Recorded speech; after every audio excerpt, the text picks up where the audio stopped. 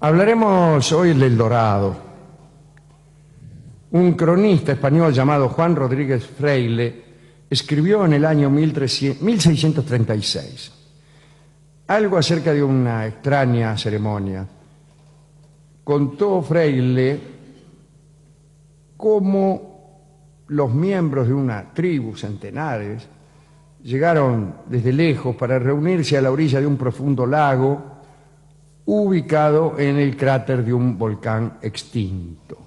Allí el jefe de la tribu fue desvestido por ayudantes, se le puso arcilla en el cuerpo desnudo y se lo salpicó con polvo de oro hasta que se convirtió en el Dorado.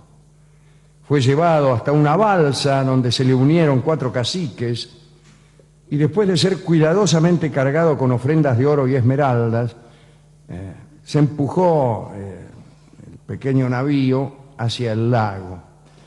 La música acompañaba el ritual. No creo que esa. No, eso creo que no.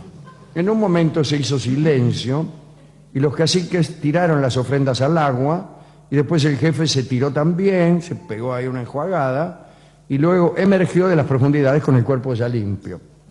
Freile, el español que había descrito esta escena, en verdad nunca presenció la ceremonia. El ritual del Dorado era cosa del pasado cuando él lo escribió. Casi un siglo había pasado desde que los conquistadores habían llegado al altiplano colombiano para buscar esos legendarios tesoros. En abril de 1536, unos 900 europeos partieron del asentamiento de Santa Marta en la costa noroeste de Colombia. El plan era seguir el río Magdalena hasta su manantial y encontrar una nueva ruta por los Andes hacia el Perú. El comandante era un señor llamado Jiménez de Quesada, abogado de Granada, de 36 años. Gonzalo Jiménez de Quesada. Durante 11 meses la expedición pasó enormes penurias. Se abrió camino con machetes, vadeando pantanos, sumergidos sus participantes hasta la pera. Sufrieron el peligro de serpientes, cocodrilos, jaguares. Fueron atacados también por nativos con flechas envenenadas. Bueno, una porquería, señor. Muchos conquistadores murieron de hambre y fiebre y los sobrevivientes subsistieron a base de lagartos, la famosa dieta del lagarto. Cuando a Jiménez de Quesada solo le quedaban 200 hombres sanos solamente, y estaba dispuesto a regresar, se toparon con la meseta de Cundinamarca. Y ante los españoles aparecieron unas parcelas plantadas con papa y maíz, rodeadas de algunas aldeas. Al lado de cada puerta colgaban finas hojas de oro, y eran los chibchas. Bueno, sorprendidos por la llegada de los extranjeros, temerosos de sus caballos, los chibchas, ¿no? Abandonaron sus aldeas. Otros recibieron a los visitantes como dioses que descendían del cielo, mitad para jorobarlos. Le ofrecían comida, mujeres y el oro que los europeos parecían codiciar tanto. Los chibchas obtenían ese oro de otras tribus, se lo cambiaban por sal y esmeraldas que ellos tenían en abundancia. En cuestión de pocos meses, Jiménez de Quesada sometió a esa región, a toda la región entera, sin perder ni un solo hombre. Estableció un dominio sobre ellos. Sin embargo, lo que no pudo descubrir Jiménez fue el origen, la fuente de abastecimiento del oro chibcha. Un día un anciano le reveló el secreto del Dorado. Le dijo que ilimitados tesoros yacían al este, en las montañas donde estaba enclavado el lago Guatavita. Según el viejo, un cacique ofrecía cada año a los dioses una porción de su inmensa riqueza a través del ritual que tiempo más tarde iba a referir Freile. Bueno, fuese este un hecho o una artimaña para alejar a los conquistadores, la cuestión fue que la historia del anciano fascinó a los soldados de Quesada y rajaron. Antes de llevar a sus hombres en busca del Dorado, Jiménez de Quesada decidió por las dudas volver primero a Santa Marta para confirmar la gobernación del territorio que había descubierto y al que había bautizado Nueva Granada. Estaba a punto de partir cuando se enteró de que una expedición de europeos se acercaba. Era una banda de unos 160 hombres comandados por un alemán, Nikolaus Federmann, que venían en representación de la empresa comercial Belser de Augsburgo, una empresa que se había adueñado de Venezuela. En realidad, para compensar el apoyo financiero que Besler le había dado, el rey Carlos les había regalado la provincia de Venezuela. Jiménez de Quesada entonces recibió a aquella gente de muy mala gana. Sospechaba que sabían algo acerca de los tesoros y al día siguiente se amargó más porque supo que una tercera expedición se acercaba y que su comandante se llamaba Sebastián de Belalcázar. En cuantito se unieron las tres fuerzas, bueno, empezaron las disputas, ¿no? No había acuerdo respecto a quién tenía prioridad para conquistar nuevas tierras, entre ellas el supuesto El Dorado. Los tres líderes estuvieron a punto de trabarse en lucha, pero al final fueron a España para resolver ante el rey Carlos el asunto. Y a pesar de que todo el mérito correspondía a Quesada, y a pesar de que era el único que había actuado legítimamente por orden de un superior, el Consejo de Indias resolvió no otorgar a ninguno el título de adelantado ni gobernador. Mirá vos. Federmann murió en el anonimato, el de la Besler, ¿no?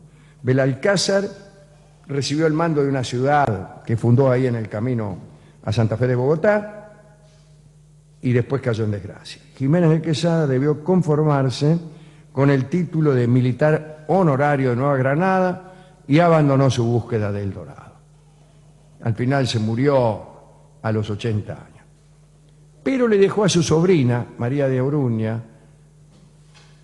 una sola herencia que era un sueño, el sueño del Dorado. Y María se casó con un expedicionario llamado Antonio de Berrío y juntos decidieron ir otra vez a buscar el Dorado. Y la pasaron muy mal. Otra vez selvas, otra vez pantano, hambre, peste.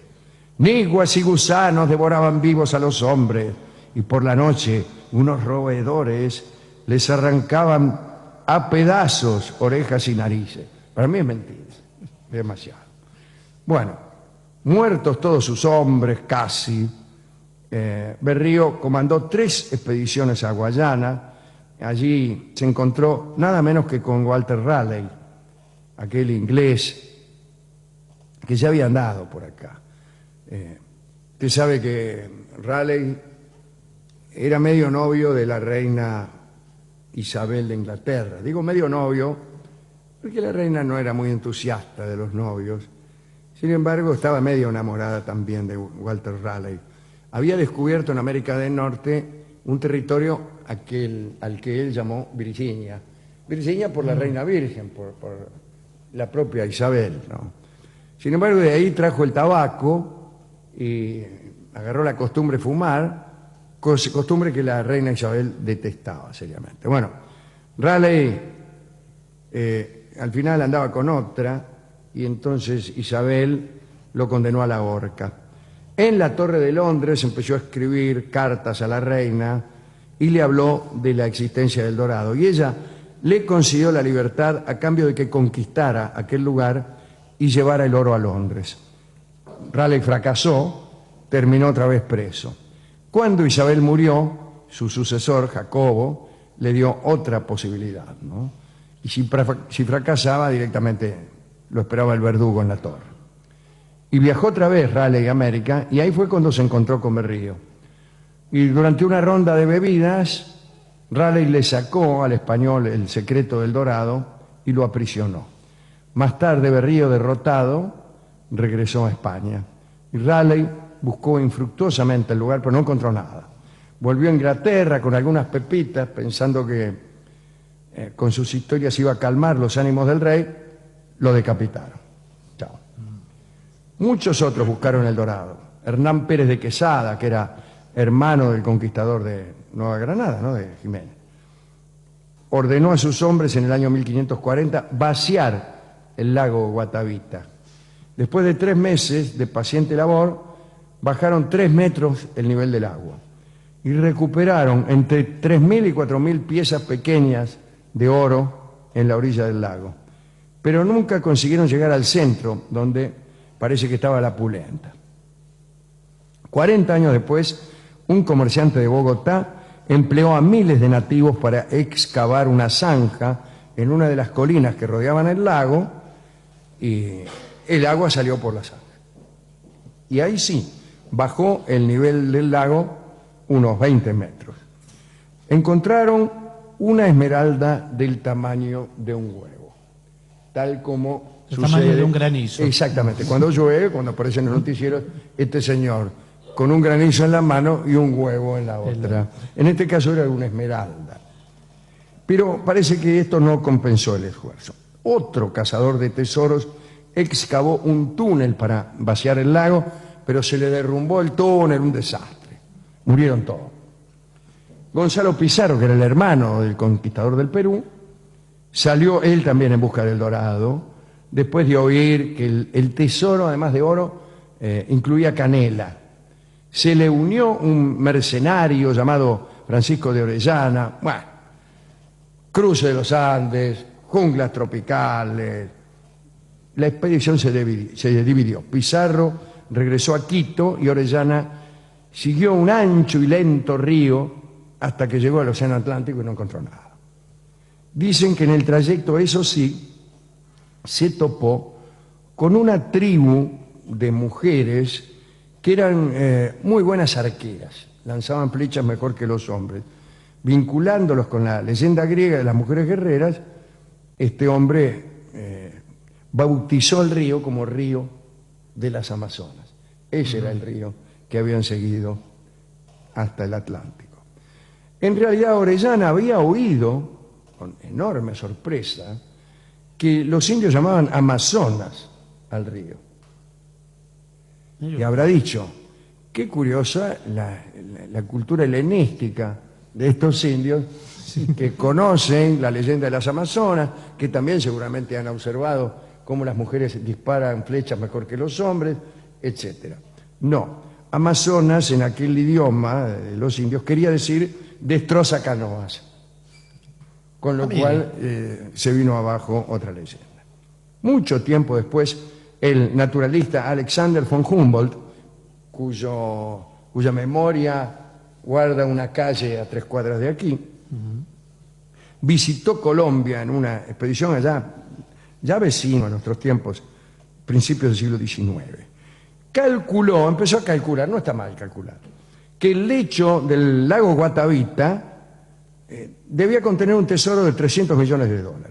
Llegó a esa conclusión especulando con que durante un siglo habían participado unos 1.000 peregrinos por año en el ritual, cada uno ofrendando 5 piezas de oro. Sacó la cuenta total, 300 millones. 300 millones de dólares. No es mucho. 300 millones de dólares. No, bueno, sí. Es mucho y era mucho. Para mí sí, me imagino pero que sería mucho más en los tiempos de Humboldt. en esos tiempos me imagino que sí. Sería todo el dinero que había. Sí, en esos En tiempos. 1912 se hizo un intento final de vaciar el lago Guatavita. Llegaron unos británicos, unos buscadores de tesoros, y usaron bombas directamente, ¿no? Vaciaron casi todas las aguas, pero se les armó un barrito en el fondo, y al día siguiente nomás se secó y se hizo de una consistencia tan impenetrable como si fuera Portland, y no encontraron nada. Recién en el año 1965 se puso fin a los inútiles esfuerzos para llegar al fondo del lago Guatavita, cuando el gobierno colombiano lo declaró sitio histórico. ¿Cuáles fueron los resultados de todas estas expediciones? Nada. Nadie consiguió nada. Le contamos la historia al discotecario, que con su precisión habitual nos pasó un disco del pianista Juan Trespiana que, en conmemoración a la inutilidad de los esfuerzos de quienes hicieron expediciones al altiplano colombiano, es llamado este tango Nada. No, no es por eso, El señor. famoso tango Nada que todos conocemos. Lo conocemos con una letra que ha sido cambiada tendenciosamente. Sí, que dice tu Más casa que nada para natal. evitar que nuevos expedicionarios vayan a jorobar y hacer agujeros en el lago Guatavita, cuyo carácter de monumento histórico nacional es proverbial. Bien, escuchemos ahora a Juan Trespiana, uno de los pianistas oficiales de este programa, en el tango que se llama justamente Nada.